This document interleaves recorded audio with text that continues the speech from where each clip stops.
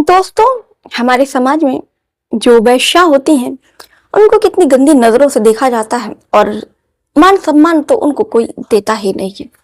हर कोई केवल उनको अपने बिस्तर पे सजाने की सेज समझता है और अपना काम निकल जाने के बाद जैसे दूध से मक्खी निकालकर फेंक दी जाती है वैसे ही फेंक देता है। मानो जैसे कि जो वेश्या है वो एक खिलौना है। जब मन किया खिलौने से खेले और जब मन भर गया तो खिलौने को उठाकर फेंक दिया। लेकिन दोस्तों, कैसा हो कि जब इसी वेश्या से एक लड़के को इतना प्यार हो जाए कि उस वेश्या के लिए वो पूरे समाज से लड़ जाए। ऐसी ही कहानी मैं आपके लिए जो लेकर आई हूँ। ये कहानी सुनने के बाद दोस्तों, आप कभी ये कहानी आपका दिल छू लेगी और उस लड़के को आप सैल्यूट करेंगे कि ये जो लड़का है उस लड़की के प्यार में इस कदर पागल होता है और उसको अपनाने के लिए इस कदर पागल होता है कि वो पूरे समाज से लड़ जाता है और पूरे समाज से लड़के इसको अपनी दुल्हन बनाता है। दोस्तों, ये जो कहानी है काफी ज्यादा दिल को स्पर्श कर देने वाली मार्मिक कहानी है। तो थोड़ा सा वक्त निकाल कर दोस्तों इस वेश्या की दुख भरी कहानी और दोनों की लव स्टोरी को जरूर सुनिएगा। आदाब, चितिका, नमस्कार। हाजिर मैं फिर एक बार आप लोगों के साथ। उम्मीद है हाईवे टाइम तक की फैमिली अच्छी होगी, स्वस्थ होगी, मस्त होगी, अपना ख्याल रख रही होगी। इस घटना का जिक्र करूं इससे पहले आप लोगों से एक गुजारिश है कि चैनल पर नए हो तो चैनल को दोस्तों सब्सक्राइब कर लिया करो, वीडियो को भी लाइक कर दिया करो। अगर आप लोग चाहते हो कि मैं अपनी वीडियो में आप लोगों का नाम लूं तो देरी की बात की है, फटाक से एक कमेंट कर दीजिए अपने नाम के साथ साथ अपने जिले मोहल्ले का भी। हम अगली वीडियो में आपके नाम के साथ साथ आपके जिले मोहल्ले का नाम भी तो जरूर लेंगे। तो चलिए दोस्तों इस कहानी की शुरुआत करते हैं। दोस्तों, एक लड़का जिसकी उम्र 22 साल की होती है, जिसका नाम रेहान होता है। रेहान जो है वो दिल्ली का रहने वाला होता है और वो थोड़ा अच्छे घर का था, यानी कि पैसे वाले घर का था। और उसकी एक ऐसी लत थी कि जब भी उसका मन करता तो वो जीबी कोठे पर जाया करता। अब जानते हैं दोस्तों, दिल्ली में एक बहुत मशहूर रेड लाइट एरिया है जीबी रोड, वहां पर एक कोठा है जीबी रोड। तो उसी कोठे पर वो अक्सर जाया करता था अपनी प्यास बुझाने के लिए। एक दिन इसी तरह वो तकरीबन वो कई साल से उस कोठे का आदी था। जब भी उसका मन करता किसी के साथ हम बिस्तर होने का, किसी के साथ शारीरिक संबंध बनाने का, तो अक्सर वो अपनी प्यास बुझाने के लिए उस कोठे पर चला जाया करता। एक शाम वो एक कोठे पर गया होता है। फिर वो उस मालकिन से कहता है कि मालकिन, मैं तुम्हारे कोठे पर आके बहुत ज्यादा थक गया हूँ और नई लड़की है तो मुझे बताओ, वरना फिर मुझे इन पुरानी लड़कियों का कोई शौक नहीं रहा। तो मालकिन कहती है कि ठीक है, मैं कुछ नई लड़कियां आई हैं, मैं तुमको दिखाती हूँ और कोई लड़की तुमको अच्छी लगे तो तुम लड़की को चुन लो। अब जो कोठे की मालकिन होती है, एक जो नई लड़कियां आई होती हैं, 5 से 6 लड़कियां आई होती हैं, वो उनको सजाकर लाइन से एक एक करके कतार में खड़ी कर देती है। लड़के से बोलती है कि तुम्हें जो भी लड़की अच्छी लगे तुम्हें जो भी लड़की अच्छी लगे तुम पसंद करके इस कमरे में जा सकते हो। दोस्तों, जो रेहान होता है वो सारी लड़कियों को एक एक करके देख रहा होता है। उसके बाद से वहां पर एक लड़की पीछे खड़ी होती है। रेहान की नजर उस लड़की पर पड़ती है तो उस लड़की पर जब रेहान की नजर पड़ती है तो फिर जो रेहान की नजर है कभी हटती ही नहीं है। रेहान को पता नहीं था कि वहीं पे वो उसको अपना दिल दे बैठता है।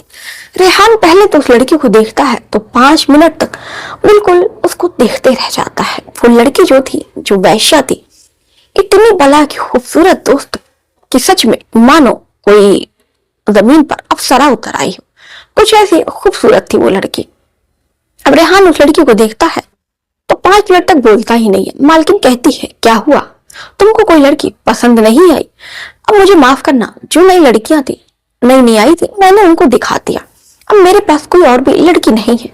रेहान जो था वो फिर भी कुछ बोलता नहीं है क्योंकि वो उसी लड़की के ख्याल में उसी को देखकर ही गुम था।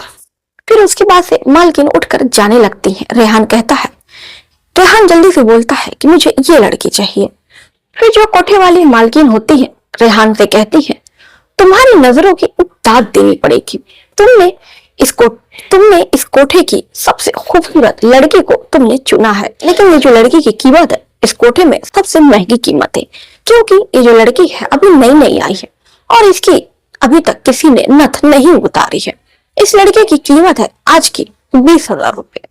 रेहान सुनता है, कहता है कि नहीं, मैं इतने पैसे नहीं दे पाऊंगा, मैं तो आपका रोज का ग्राहक हूँ, कुछ पैसे कम कर लो, मैं इतने पैसे नहीं दे सकता हूँ। कोठे वाली मालकिन कहती है, ठीक है, तुम नहीं दे सकते हो तो तुम निकलो, यहाँ इस लड़की के बहुत सारे खरीदार मिल जाएंगे और मुंह मांगे कीमत देने को तैयार नहीं होंगे, क्योंकि ये जो लड़की है एकदम फ्रेश माल है। इस लड़की को अभी तक किसी ने छुआ तक नहीं है, यानी कि ये गुलाब की तरह जितनी ये खूबसूरत है उतना ही इसका बदन बिल्कुल पाक है, बिल्कुल साफ है। तुम्हें देना है बरखुरदार तो तुम दो, नहीं तो यहाँ से चलते बनो, नहीं तो रोज की तरह किसी और लड़की को उठा के लेके चले जाओ। अब रेहान जब ये बात सुनता है तो मालकिन को 20,000 रुपए अपनी जेब से निकाल कर दे देता है और उस लड़की को लेकर कमरे में चला जाता है। लड़की ने अभी तक किसी के साथ संबंध नहीं बनाया था, इसलिए जो लड़की होती है वो ज्यादा कुछ बोलती नहीं है और जाकर कमरे में चुपचाप गुमसुम बैठ जाती है। रेहान जो है आधे घंटे तक पहले तो सिर्फ उसकी खूबसूरती को देखता रहता है और उससे कहता है कि तुम्हारा नाम क्या है। तो लड़की बड़ी मासूमियत से तभी आवाज में कहती है कि मेरा नाम आरती है। तो रेहान कहता है कि वाकई तुम आरती करने के लायक ही हो। अब जो लड़की होती है वो रेहान की तरफ नजरें कर बड़े अजीब नजरों से उसको देख रही होती है। रेहान कहता है कि उफ, तुम्हारी ये निगाहें मुझे इस तरह मत देखो, तुम्हारी निगाहें जो है मेरा कत्ल कर रही हैं।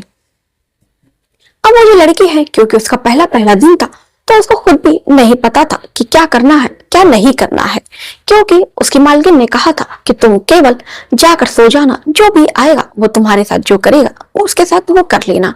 लड़की भी केवल उसको देख रही थी, क्योंकि रेहान उसके साथ कुछ भी कर नहीं रहा था। रेहान आरती के साथ 24 घंटे उसके साथ रहता है, लेकिन दोस्तों पहली बार रेहान के साथ कुछ ऐसा होता है कि रेहान उसको आरती को छूता तक नहीं है, केवल उसको देखता है और उससे बातचीत करता है। उसके बाद से 24 घंटा पूरा हो जाता है और जो रेहान होता है वो वहां से चला जाता है। उसके बाद से वो आरती से कहता है कि मैं कल भी आऊंगा केवल तुम्हारे लिए। आरती भी उसके बारे में सोच रही थी और परेशान थी कि आखिर में इसने मेरे लिए 20,000 रुपए दिए और ये कैसा लड़का था कि इसने मुझे छुआ तक भी नहीं। आरती उसी के ख्यालों में गुमसुम थी, उसी के बारे में सोचे जा रही थी। फिर जैसे ही सुबह होती है फिर से जो रेहान था वो कोठे पर पहुंच जाता है और इस बार लड़की के जो रेट था वो काफी कम रहता है। इस बार रेहान को केवल 10,000 रुपए ही आरती के लिए देने पड़ते हैं।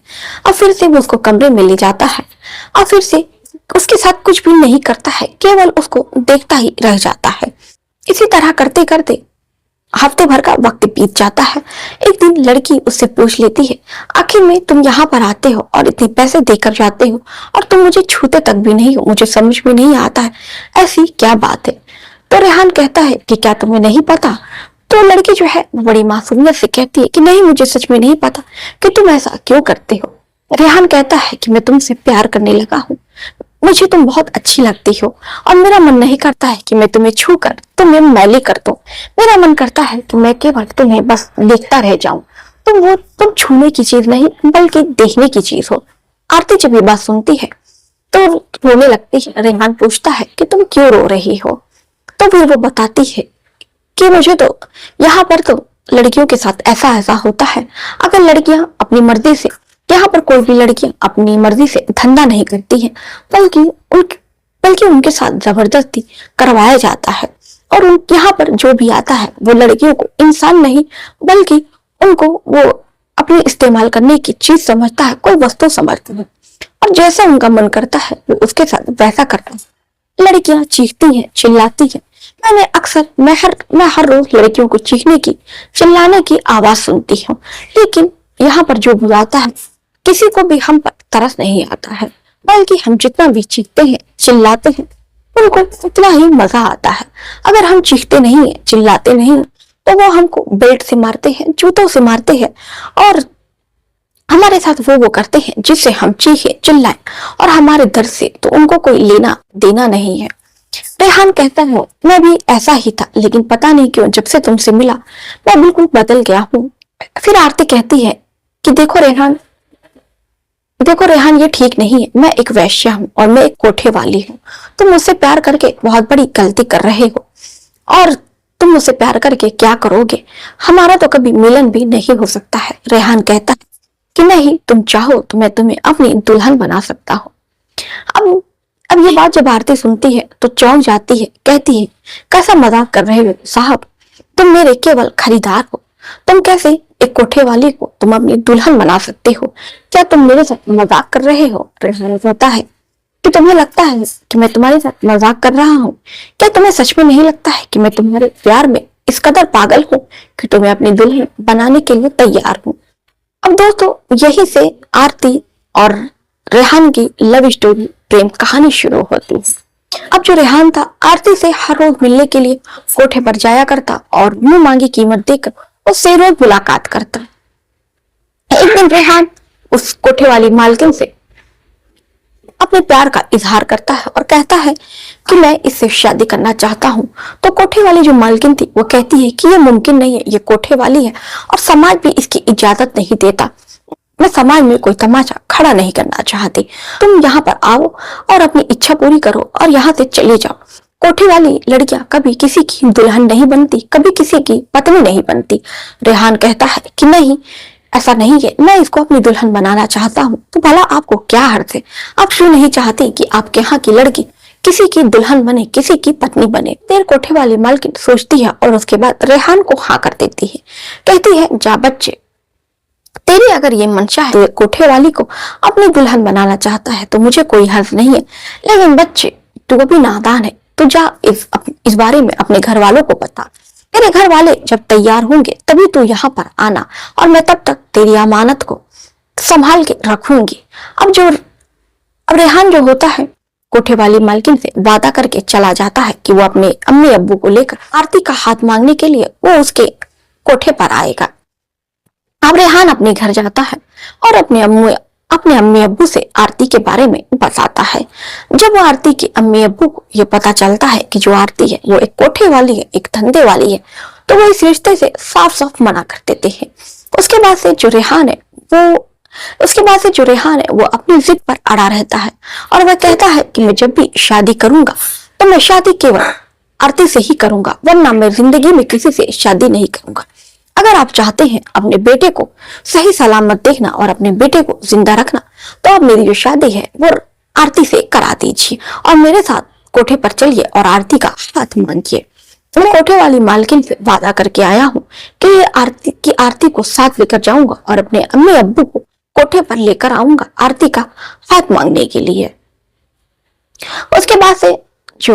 उसके बाद से मालकिन ने उससे ये भी कहा होता है, उसको 15 दिन की मोहलत दी होती है कि 15 दिन के अंदर अगर तुम अपने अम्मी अब्बू को मना कर ले आओगे कोठे पर तो हम आरती को तुम्हारी दुल्हन आरती को विदा कर देंगे, नहीं तो हम किसी और के साथ भेज देंगे। हम तुम्हारा 15 दिन तक इंतजार करेंगे, उसके बाद आरती किसी और की हो जाएगी। अब रेहान को इस बात की भी फिक्र सता रही थी, अपने अम्मी अब्बू बहुत ज्यादा मनाता है। इसी तरह मनाते मनाते 9 दिन का वक्त बीत जाता है। अब रेहान के पास केवल 6 दिन ही बचा होता है। रेहान को जब कुछ समझ में नहीं आता है तो वो अपनी जान लेने की कोशिश करता है और अपनी हाथ की नस काट लेता है कि अम्मी अगर आप लोग की यही जिद है तो ठीक है, आप लोगों की जिद मेरी जान के साथ ही खत्म हो जाएगी। ये कह के रेहान जो होता है अपने अम्मी अब्बू के सामने हाथ काट लेता है और तड़पने लगता है।